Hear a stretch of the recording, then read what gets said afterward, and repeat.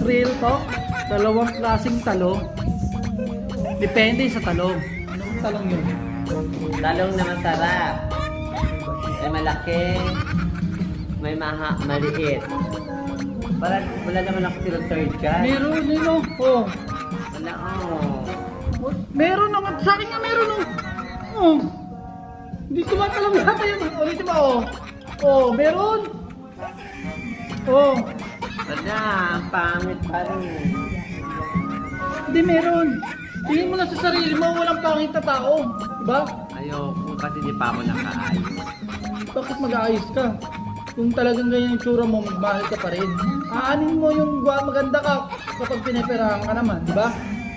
Hindi doon ka na sa pangit, kahit pangit, at least mamahalin ka, di ba? Anong takot mo doon, Karinto? No comment? No comment.